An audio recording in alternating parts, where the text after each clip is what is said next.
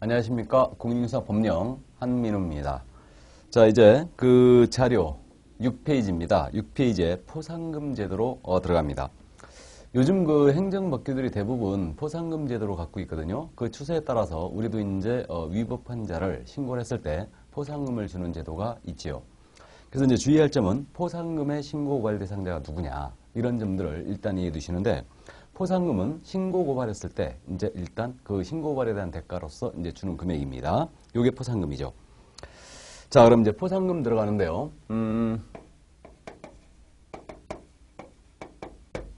포상금은 일단 신고 고발을 누구를 해야지 포상금을 지급받을 수 있느냐, 바로 이 문제입니다. 그래서 신고 고발 대상이거든요. 그래서 이제 신고 뭐 아실 테고요. 고발은 고소와 약간 차이가 있죠. 범죄의 피해자가 아닌 제3자가 범죄 사실을 수사기관에 알리는 거예요. 이게 고발이고, 고소는 범죄의 피해자가 범죄 사실을 알리는 거죠. 이게 고소입니다. 피해자가 하느냐, 제3자가 하느냐.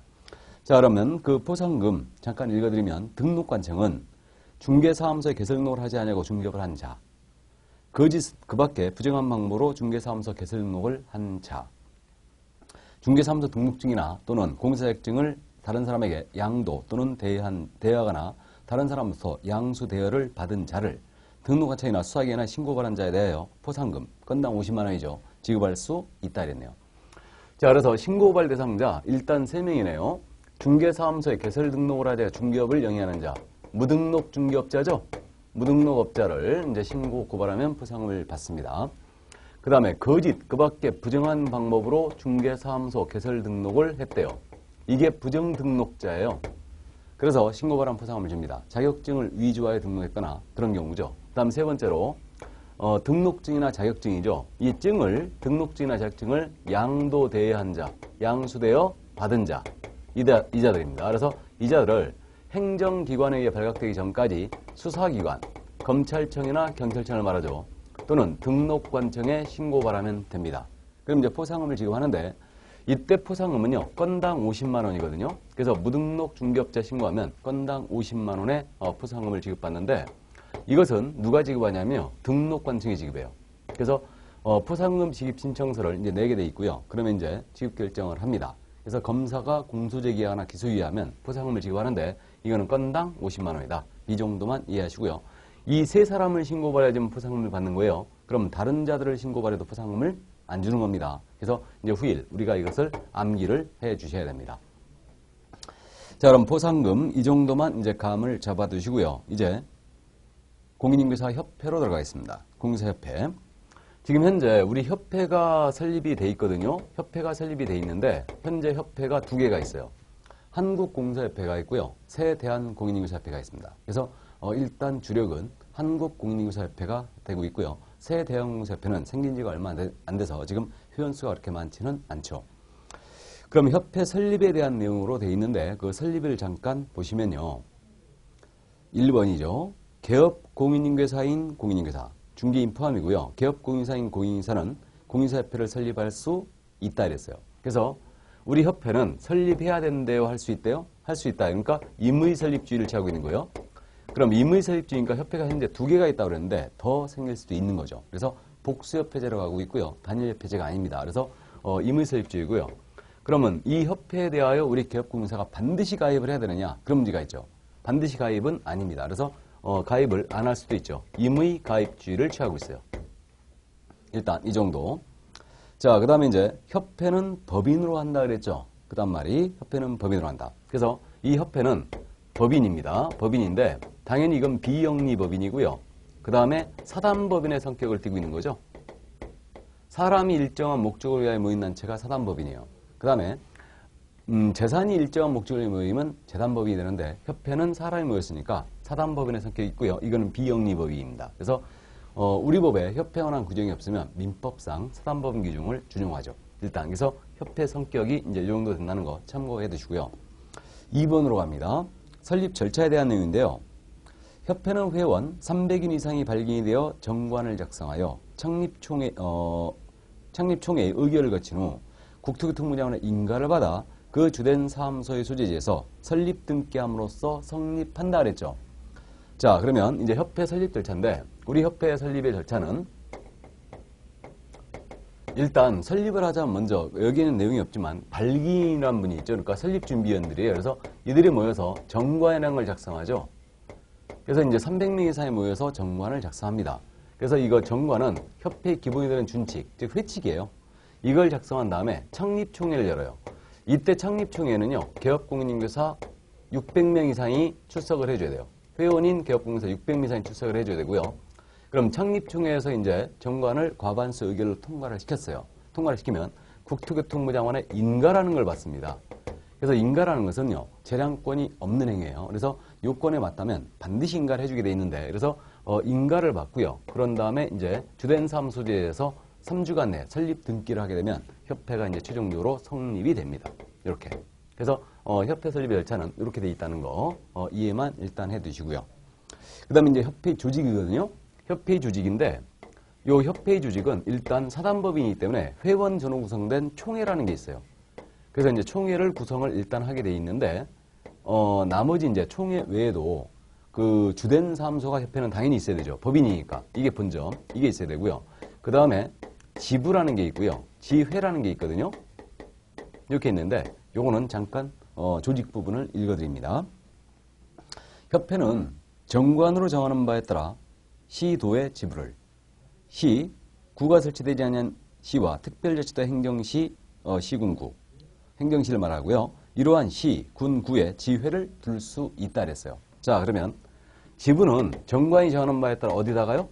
시나 도에. 그 다음에 지회는 정관이 정하는 바에 따라 어디다가요? 시, 군, 구에다가 둘 수 있다라고 되어 있네요.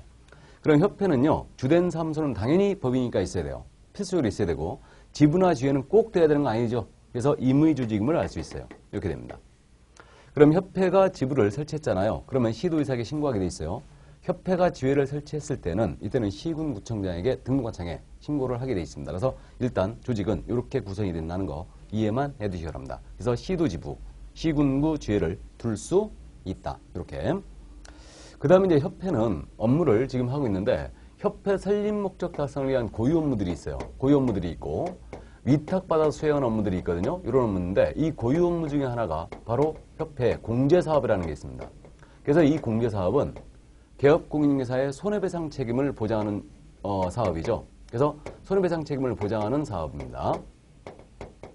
그래서 이 공제는 보증보험과 아주 비슷합니다. 그래서 우리가 개업을 하게 되면 그 보증을 설정해야 된다고 그랬는데, 그 중에 보증보험에 가입하거나 공제에 가입을 한다고 그랬죠. 그래서 그 공제가 바로 이거예요. 이겁니다. 그래서 협회가 공제사업을 현재 한국공사협회는 하고 있습니다. 이게 하고 있는데, 이건 개업공사의 손해배상 책임을 보장하는 사업으로서 비영리사업이에요. 비영리사업이고 회원 간의 상호 부조를 목적으로 하는 사업입니다. 이렇게. 그래서 공제란 개념 자체가 회원 간의 상호 부조예요. 이겁니다. 그러면 이 공제사업에 대한 이제 감독 규정들이 쫙 우리 법에 들어와 있죠. 공제사업은 사실상 돈이 왔다리 갔다리 하기 때문에 이런 감독 규정을 쫙 집어넣는 거예요. 그러면 먼저 이제 공제사업에 대해서 협회는 그 공제사업을 하고 할 때는 공제 규정이 있거든요. 공제 규정이라는 걸 제정하여 승인을 받게 돼 있어요. 누구 승인이겠어요?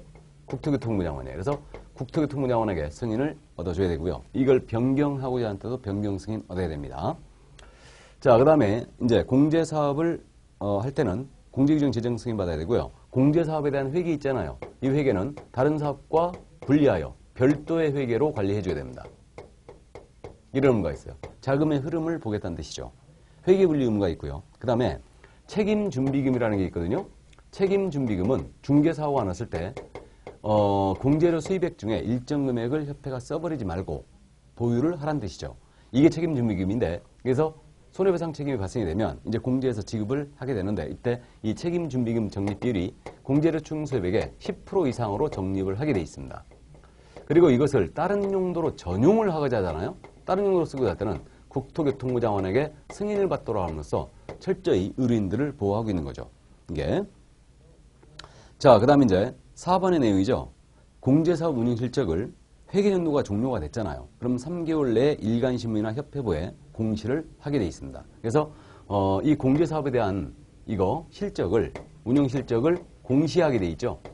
회계연도가 종료됐어요. 그러니까 1년간 회계로 움직이는데, 그래서 2014년도 실적은 2015년도 3월 31일까지, 즉 3개월 내에 공시를 하게 돼 있어요. 협회부나 일간신문에 나가면 되고요. 협회가 홈페이지 운영하고 있죠. 인터넷 홈페이지도 게시를 하게 돼 있습니다. 그래서 3개월 내에 요 실적도 공시를 하라 이랬습니다. 자, 그 다음에 이제 5번의 내용입니다. 국토교통부 장관은 공제사업의 적정 운영을 위해서 개선명령 내릴 수 있어요. 그래서 개선명령을 국토교통부 장관이 내릴 수 있고요. 그 다음에 공제사업에 대하여 적정하게 운영해서 시정을 명할 수도 있어요. 시정명령을 내릴 수 있습니다. 이렇게. 또 이거 임원에 대한 공제사업을 적정하게 안이하게 운영한 이러한 임원에 대한 징계, 해임도 요구할 수 있어요. 그래서 그 협회 임원에 대한 징계, 해임 요구를 할 수도 있습니다. 국토장관이.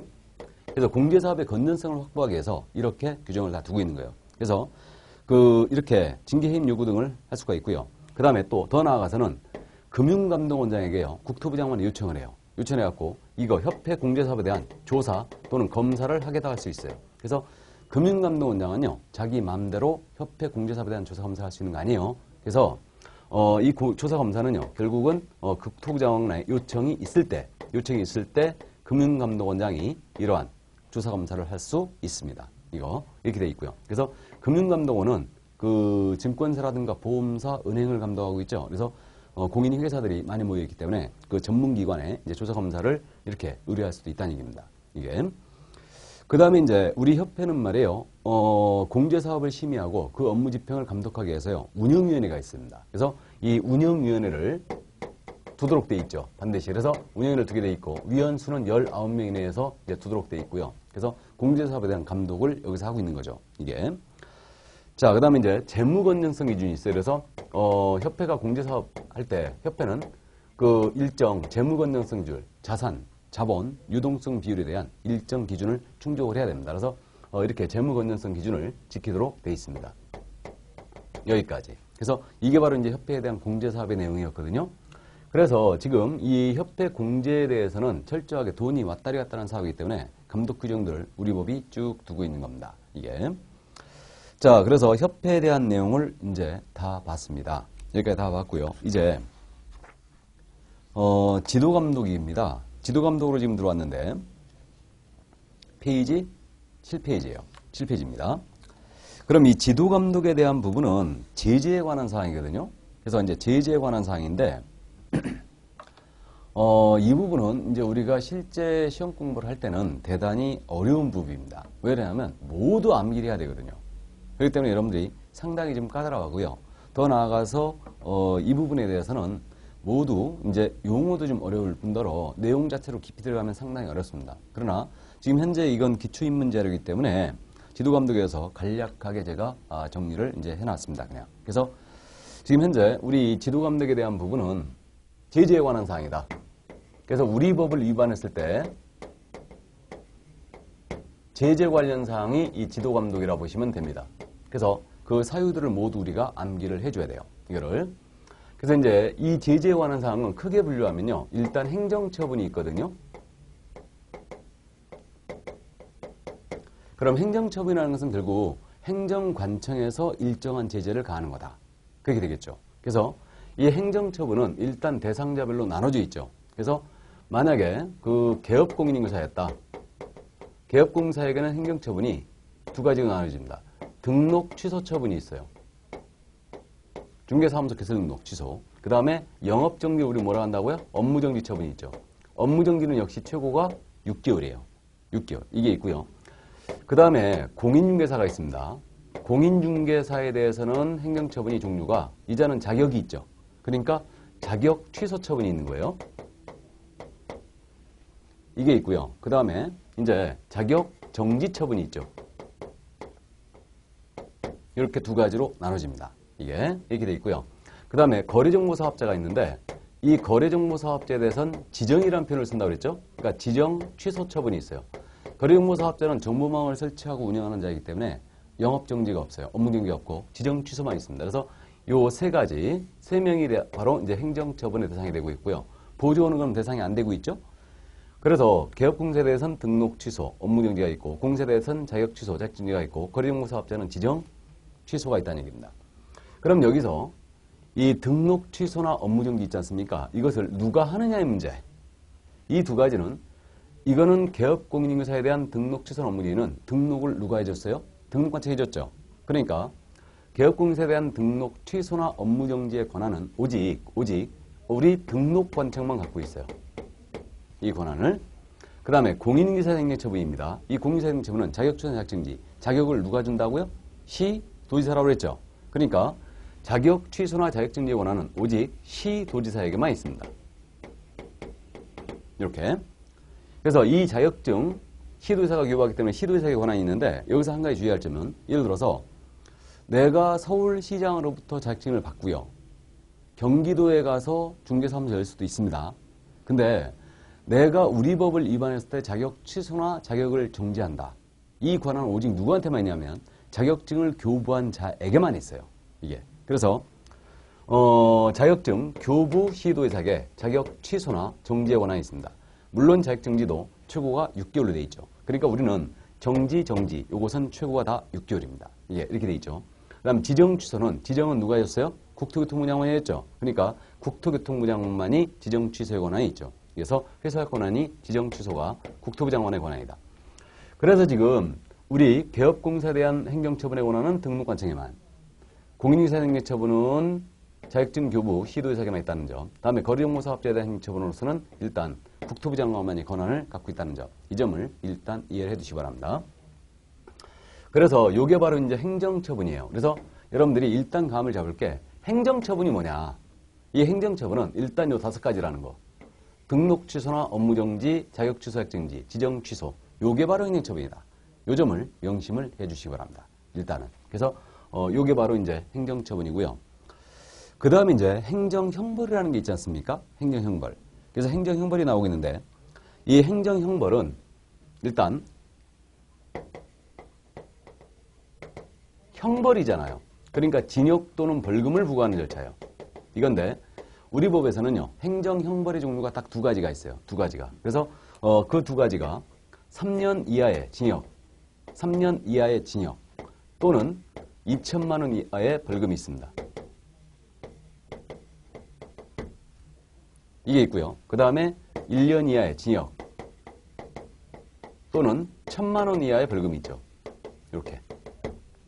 그래서 행정형벌은 요거는 징역 또는 벌금을 말한다. 그렇게 이제 기억하셔야 돼요. 그래서 우리는 3년에 2천, 이걸 3대 2라고 이제 기억을 여러분들이 많이 하십니다. 그래서 3년 2천짜리가 있고요. 1년 이하의 징역 또는 1,000만 원의 벌금, 1년에 1,000, 1-1, 요게 있죠. 그래서 요게 행벌이다. 그러니까 형벌은 징역 또는 벌금이다. 요걸 기억을 해주고요. 그 다음에 행정질서벌이라고 되어 있지 않습니까? 행정질서벌. 그럼 행정질서벌은 뭐냐? 행정질서벌은 과태료예요. 과태료. 주차위반 과태료 이렇듯이. 그러니까 과태료를 행정질서벌로 이해하시면 됩니다. 과태료. 이게 이제 행정질서벌인데 행정질서벌의 종류는 일단 2가지로 분류돼요. 그래서 500만 원 이하의 과태료가 있고요. 그 다음에 100만 원 이하의 과태료가 있죠. 이렇게 2가지로 나눠져요. 이게. 그래서 우리 행정질서벌의 종류는 일단 2가지다. 500만 원 이하의 과태료와 100만 원 이하의 과태료가 2가지가 있습니다. 그래서 질서벌이 뭐냐? 이건 과태료를 말합니다. 과태료. 이게. 그래서 일단 여러분들은 지금 현재 우리가 처음 지금 진행을 하고 있으니까 여러분들이 감을 잡을 게 행정처분이 뭐라고요? 등록 취소 업무 정지. 이거는 개업공인사에 대한 행정처분이고, 그 다음에 자격취소 자격정지는 공인사에 대한 행정처분이고, 그 다음에 거래용모사업자는 지정 취소. 이렇게 있죠. 그래서 이게 행정처분이고, 형벌은 징역 또는 벌금이다. 근데 이것은 3년에 2천, 1년에 1천이 있고, 질서벌은 과태료로서 500만 원 이하와 100만 원 이하가 현재 우리 법에 규정이 되어 있다. 이렇게. 그래서 이게 바로 이제 행정처분, 행정형벌, 행정질서벌인데 이 2가지를 묶어서 공통 단어가 행정벌이죠. 행정벌, 행정벌. 그래서 2가지 묶어서 행정벌이라고 불러요. 근데 행정벌이라는 말은 몰라도 돼요. 형벌이 뭐고 질서벌이 뭔지는 알고 있어야 됩니다. 그래서 행정처분이 뭔지, 형벌이 뭔지, 질서벌이 뭔지 여러분들 기억해 주시고, 이 부분이 어렵다고 그랬거든요. 왜 어렵다고 그랬냐면 이 부분은 결국은 등록 취소 사유, 업무 정지 사유, 자격 취소 사유, 자격증 사유, 지정 취소 사유, 3년짜리 징역 사유, 1년짜리 징역 사유, 500만 원 과태료 사유, 100만 원 과태료 사유 모두 암기해야 되거든요. 그래서 여러분들이 상당히 이 부분을 까다로워하고요. 암기하기가 어려워하는 부분입니다. 그러나 시험에 이제 많이 나오는 부분이기 때문에 여러분들이 반드시 암기를 해 주셔야 됩니다. 암기하게 될 거예요. 자, 그래서 일단 지도감독까지 이제 다 봤습니다. 그럼으로써 이제 우리 공인인증서 법령, 법령의 내용이 이제 끝난 거예요. 예, 여기까지. 자, 그러면 이제 부동산 거래 신고에 관한 법률이 나오고 있습니다. 그래서 이 부동산 거래 신고에 관한 법률, 이 부분이 이제 우리 공인중개사법에서 분류가 된 사항이죠. 따로 떨어져 나온 거예요, 이게. 그래서 원래는 우리 법이요, 공인중개사의 업무 및 부동산 거래 신고에 관한 법률 이렇게 돼 있었거든요. 근데 이게 우리 여러분들 대비, 그러니까 26회 대비서부터 이때부터 이제 분류가 된 거예요. 그래서 공인중개사법과 부동산 거래 신고에 관한 법률로 둘이 나눠진 겁니다. 그렇기 때문에 여러분들은 이 부동산 거래 신고에 관한 법률을 별도로 이제 공부하는 거죠. 별도로. 그러나 이제 작년에 하셨던 분들도 내용은 똑같기 때문에 큰 차이는 없습니다. 법만 분리가 된 거예요. 법만. 이걸 우리가 이제 실무적으로 실거래가 신고라고 많이 부르죠. 이게 바로 부동산 거래 신고제예요. 이게.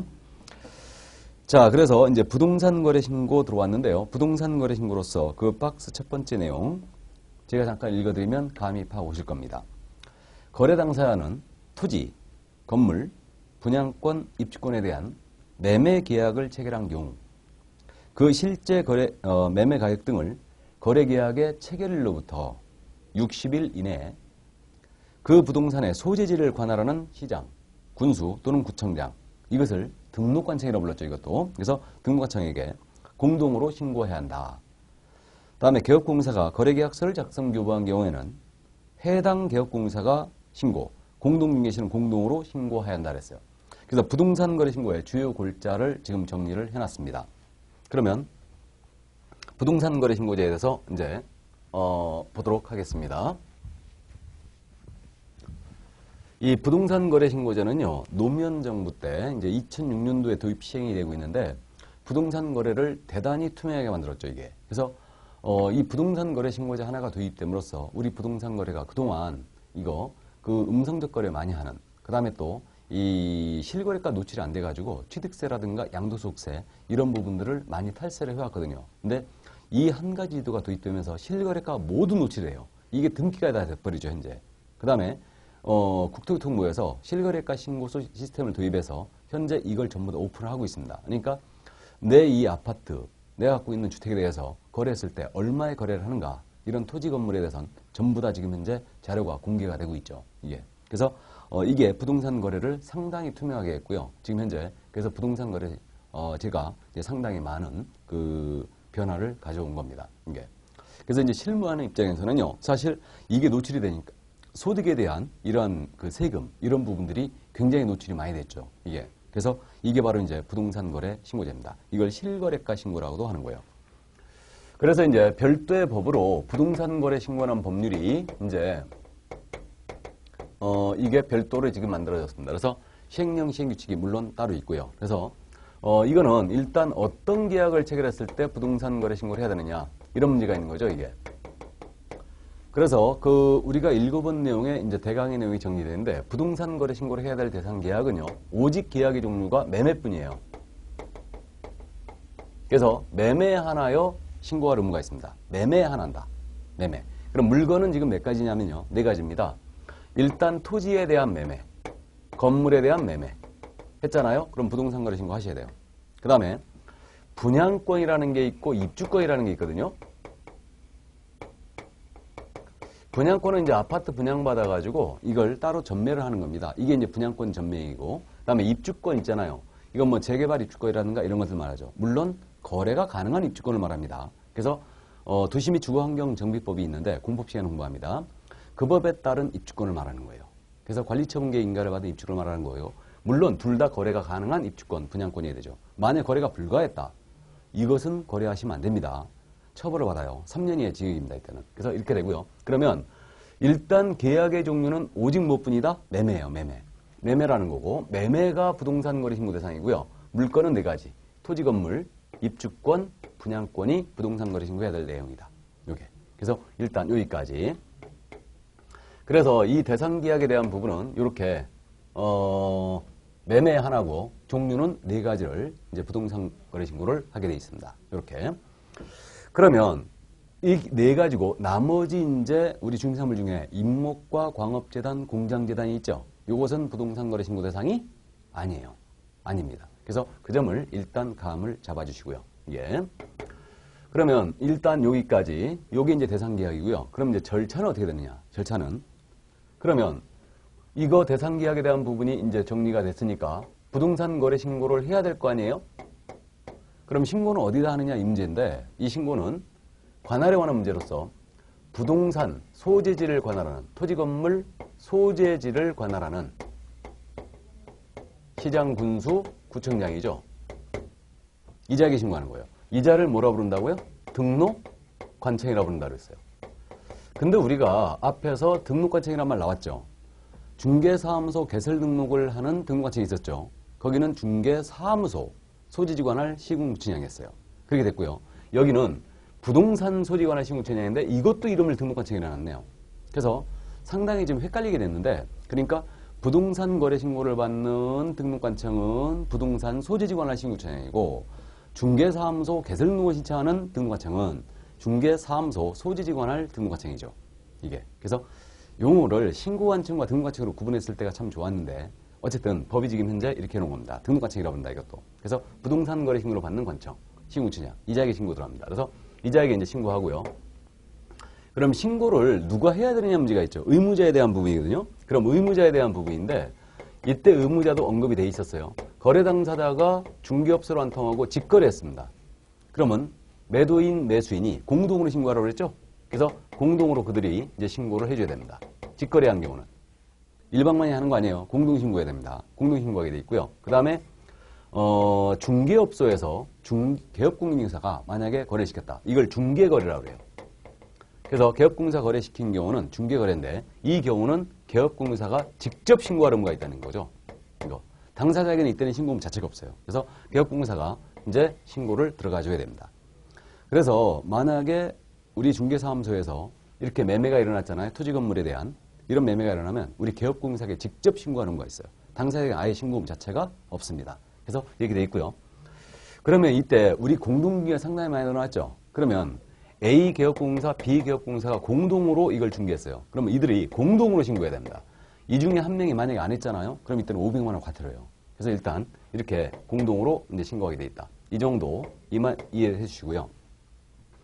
그러면 신고를 들어갔습니다. 신고를 들어가면 신고를 들어가면 신고필증이 있어요. 부동산 거래가 신고필증이 있는데 이것을 즉시 교부하게 돼 있어요. 즉시 이제 교부하는데, 그래서 즉시 교부합니다. 그럼 여기서 말이에요. 계약을 체결하게 되면 신고를 언제까지 해야 되느냐 문제가 있죠? 이거. 그래서 신고 기한에 관한 문제는 계약을 체결한 날로부터 나와 있었죠. 며칠 내야 한다? 60일이에요. 60일. 그래서 계약을 체결한 날로부터 부동산 거래 신고는 60일 내야 하게 돼 있죠. 이렇게. 그래서 60일하고 두 달은 틀린 거예요. 그러니까 정확하게 2월과 60일은 틀리다. 그러니까 계약을 체결한 날이에요. 체결한 날로부터고 잔금일도 절대 아니죠. 그러니까 체결한 날부터 60일 내에 부동산 거래 신고를 해주는데, 이런 소재지 관할 신고청에들하고 의무자는 이렇게 나눠지고 있죠. 그럼 이제 신고필증을 즉시 교부합니다. 그래서 즉시 교부하는데, 신고필증이 나오면요, 부동산 등기 특별주시법이 있거든요. 이 법에 따른 검인을 받은 것으로 의제한다. 이렇게 돼 있어요. 이게. 그래서 일단 요게 바로 이제 부동산 거래 신고의 주요 골자입니다. 그래서 이건데 나머지 이제 여기서 빠진 내용들이 쭉 많거든요. 그래서 이제 이 신고 가격에 대한 검증 같은 거 하게 돼 있어요. 다. 그래서 이게 실거래가 신고 들어가면 전부 다 체크한다는 얘기입니다. 가격이 적정한가, 허위 신고했는가, 이걸 다 체크한다는 얘기예요. 검증하게 돼 있고, 이 검증 결과가 전부 다 세무서에 통보돼요. 세무서에. 그래서 이거는 아니야말로 진짜 꼼짝 말합니다. 꼼짝 말해요. 그래서 사실 현재는 매매 하나에 지금 신고 들어가잖아요. 근데 임대차는 그럼 신고 안 하는 거죠.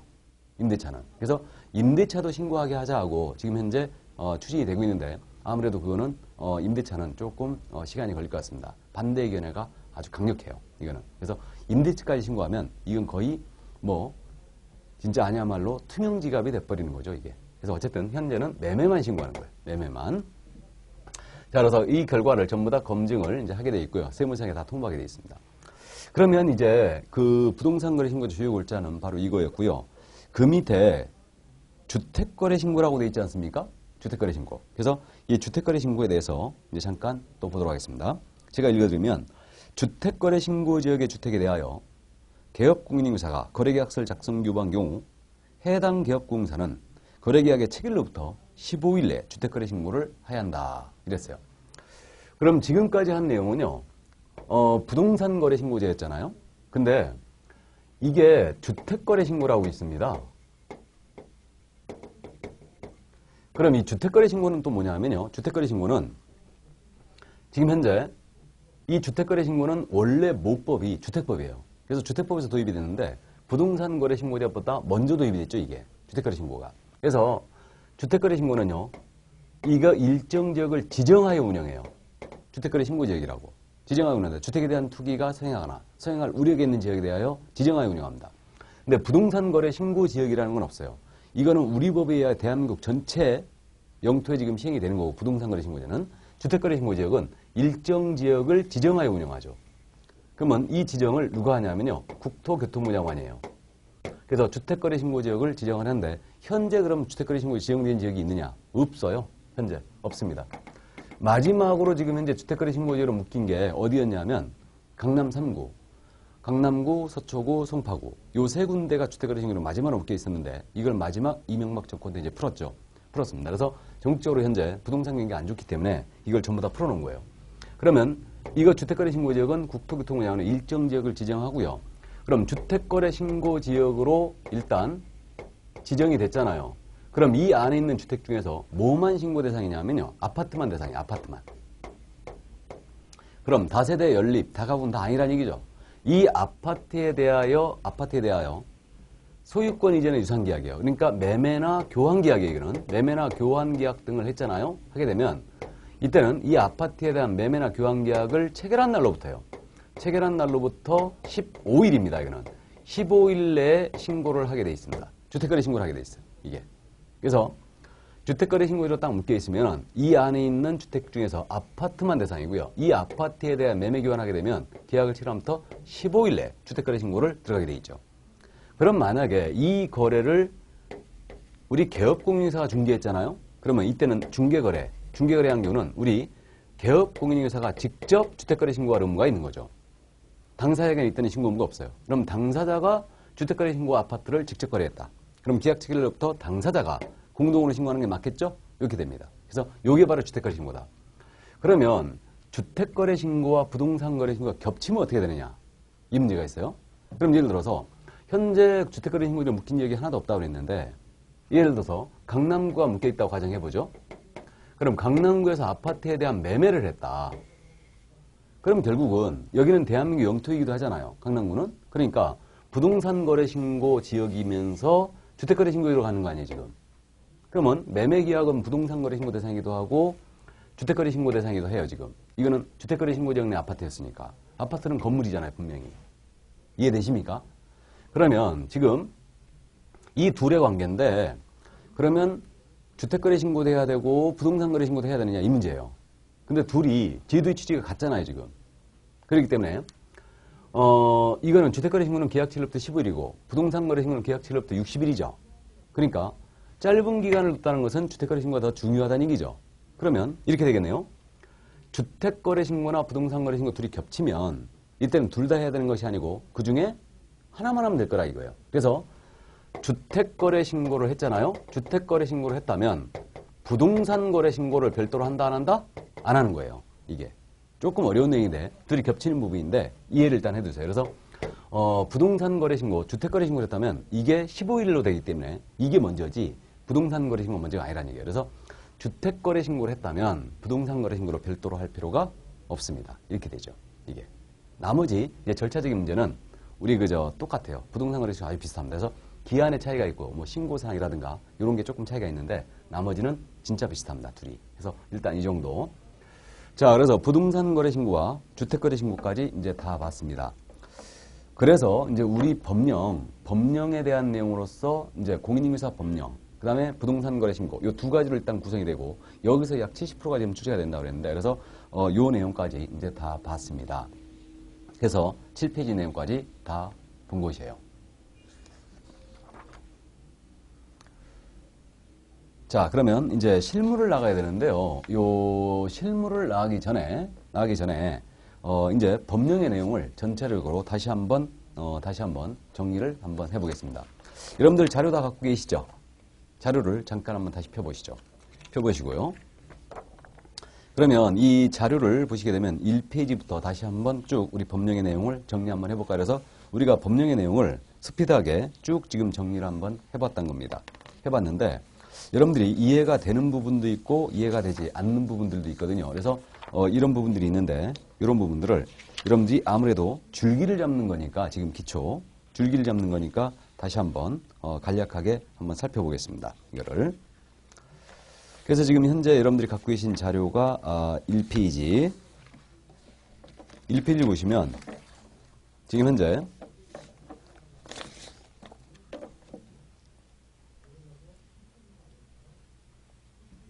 지금 법령의 내용이 모두 끝난 거예요. 모두 끝났기 때문에 이제 실무만 남겨놓고 있거든요. 근데 실무는 다른 과목과 모두 연계가 되어 있고요. 실무 내용이 사실은 이제 다른 과목과 연계가 되어 있기 때문에 어느 정도 여러분들이 실무에 대한 다른 과목에 대한 이해가 있으면은 실무를 정확하게 우리가 정리를 할 수가 있는데 법령의 내용을 잠깐만 줄기 잡으면 그래서 크게 우리 법령은 지금 공인인계사법과 공인인계사법령 이것과 지금 방금 전에 한 부동산 거래 신고에 관한 법령 이거죠 사실은. 그래서 이렇게 크게 나눠져요 법령이. 그래서 공인인계사 법령 그래갖고 시험 범위가 이렇게 두 개 나눠지고 그래서 이 법령에 대하여 지금 우리가 이 시행령 시행규칙이 있다는 거 말씀드렸고요. 그 다음에 이제 이게 이제 총칙에 대한 부분으로서 우리가 뭘 공부했냐면 용어의 정의, 중개, 중개업, 개업공인인계사, 소속공사, 중개, 보조원 이런 내용을 공부했고요. 그 다음에 중개대상물 5가지가 정해져 있죠. 이런 내용이 이제 총칙으로 일단 구성이 되어 있어요. 그 다음에 이제 자격에 대한 부분이 있거든요. 그래서 이제 자격을 우리가 공인인계사 자격을 취득했고 주로 이제 자격에 대해서는 누가 시험을 못 보느냐 이런 문제를 정리를 했었습니다. 그래서 자격 취득에 대한 부분이 있고요. 이제 자격을 취득했으므로 중개사무소 개설 등록을 해야 되죠. 그래서 등록을 이제 하게 됩니다. 그래서 이 등록은 결국 사무소를 여는 절차예요.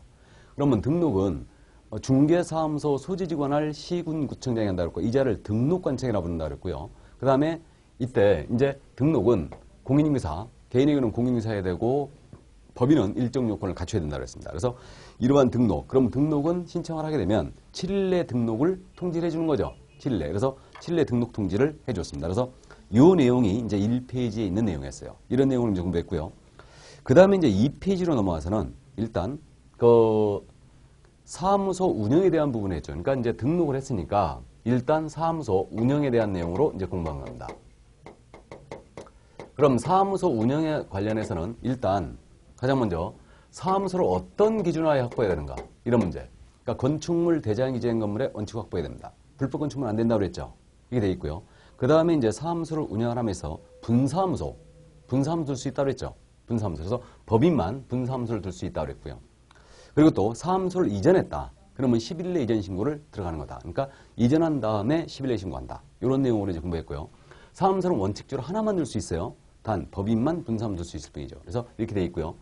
그 다음에 또 사무소 운영 관련해서 고용인에 대한 내용을 했잖아요. 우리가 고용인. 그래서 고용인은 일단 소속 공인인계사와 중개 보조원을 고용인이라고 부른다 그랬어요. 그래서 개업공사가 고용한 자들이었습니다. 그래서 이런 내용들은 이제 고용 신고를 해야 된다. 고용하면 옮기기 전까지. 그 다음에 이들이 이제 고용관계 종료됐다. 그만두게 되면 10일 내에 등록관청에 신고를 해야 된다. 이런 내용을 이제 했었습니다. 그리고 이들의 업무 상해는 모두 개업공사가 책임을 진다. 개업공사 행위로 보니까. 그래서 이런 내용을 했었고요. 그 다음에 이제 운영과 관련해서 또 인장에 관한 내용이 있잖아요. 그래서 개업공사가 이제 소속공사도 마찬가지인데 인장 등을 업무 개시까지 모두 해줘야 되고요.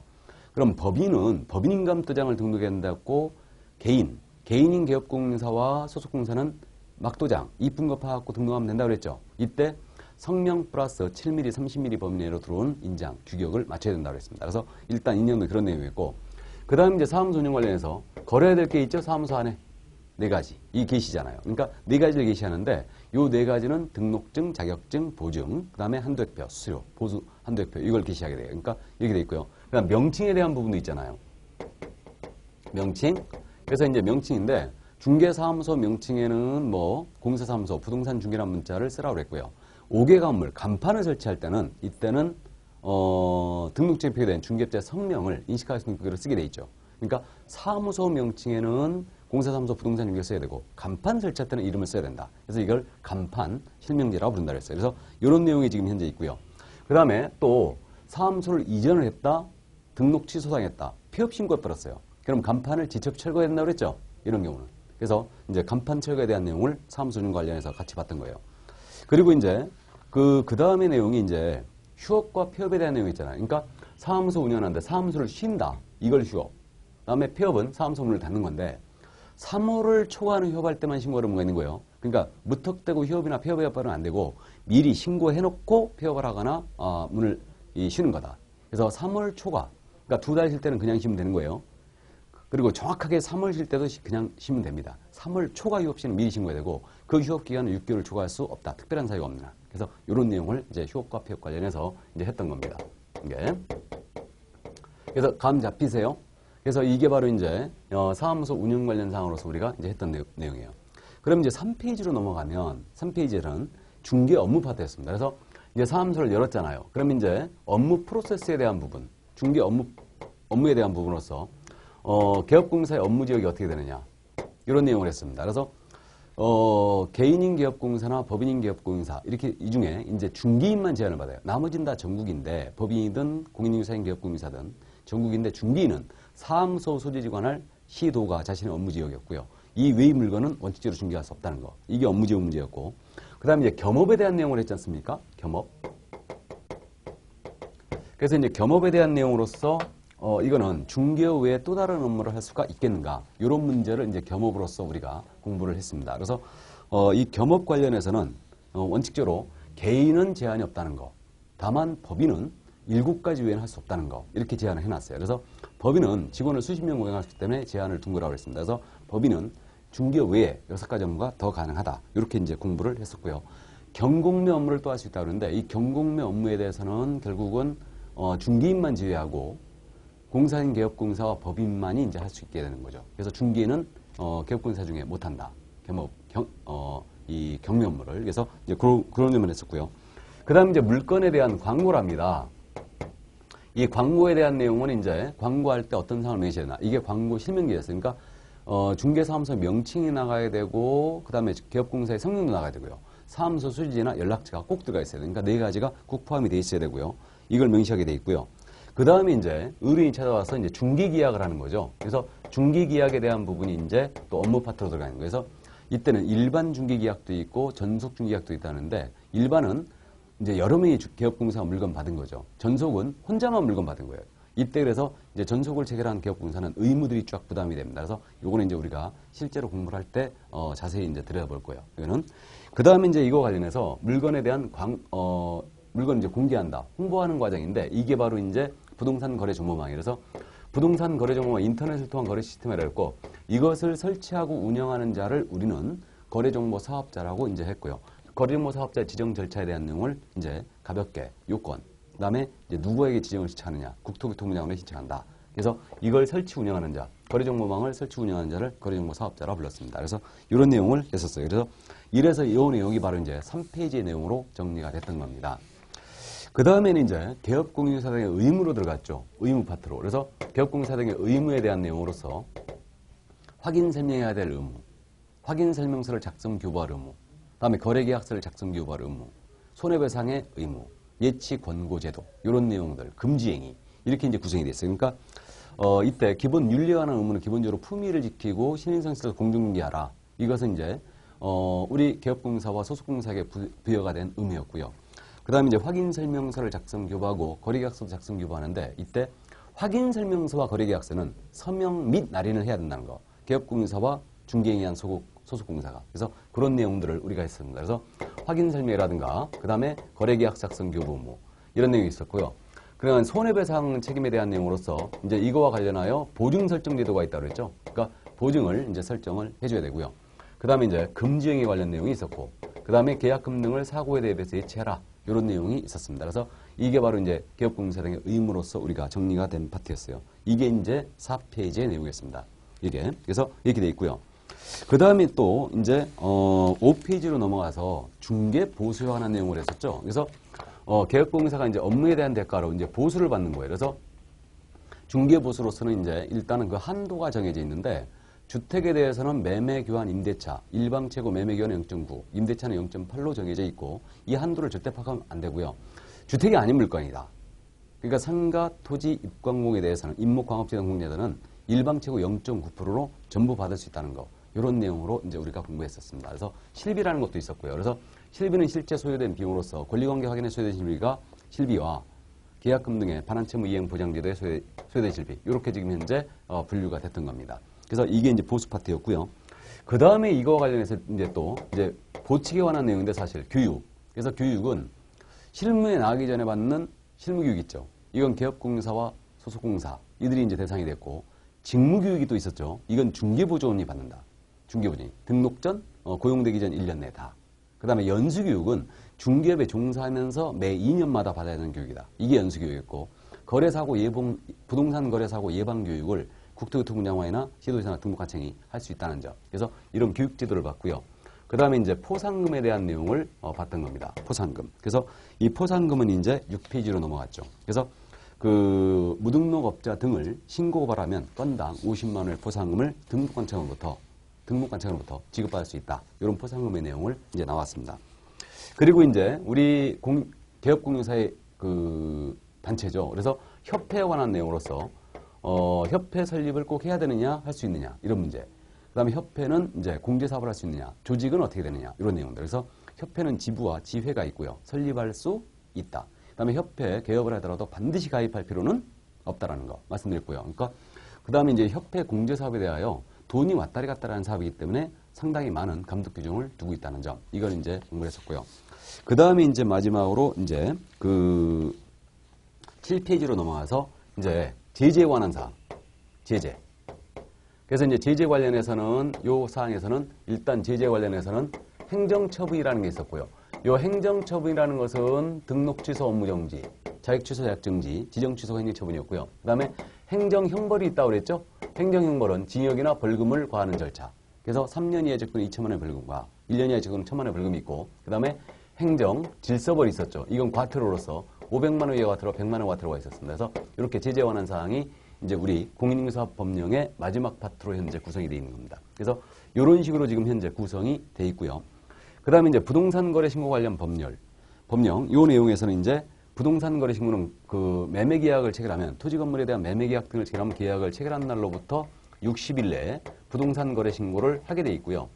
이때 중개거래인 경우는 우리 개업공사가 직접 신고를 해야 된다는 점 말씀드렸고요. 그 다음에 주택거래 신고가 있다는데 계약 체결일 날부터 15일 내 주택거래 신고지역 내 아파트를 거래하게 되면 아파트 주택거래 신고지역이 됩니다. 그 아파트 거래가 되면 15일 내에 주택거래 신고를 일단 하게 돼 있고요. 이것도 물론 중개거래인 경우는 개업공사가 직접 신고를 하는 거가 있고요. 근데 주택거래 신고했다면 부동산 거래 신고를 하지 않는다고 했어요. 이건 계약체부터 15일이기 때문에 이게 먼저라고 말씀드린 겁니다. 그래서 이제 우리 법령의 파트가 여기까지 이렇게 지금 현재 구성이 된 거예요. 그래서 아무래도 여러분들이 지금 이 법령 파트를 간략하게 제가 이제 정리를 했기 때문에 이 부분에 대해서 이제 감을 잡으시라고 다시 한번 이렇게 나열을 한번 해드린 겁니다. 그래서 사실상 이 뒤에 숨어 있는 내용이 엄청나게 많죠. 엄청나게 많은데 이걸 현재 이제 짧은 시간에 여러분들 기초입문 과정으로서 개념 정도만 파악하시라고 다시 한번 정리를 해드렸습니다. 그래서 오늘은 일단 여기까지 하고요. 이제 다음 시간에는 이제 중개 실무에 관련된 내용으로 이제 정리를 하도록 하겠습니다. 자, 여러분들 건강 유의하시고요. 다음 시간에 건강한 모습으로 뵙겠습니다. 수고하셨습니다.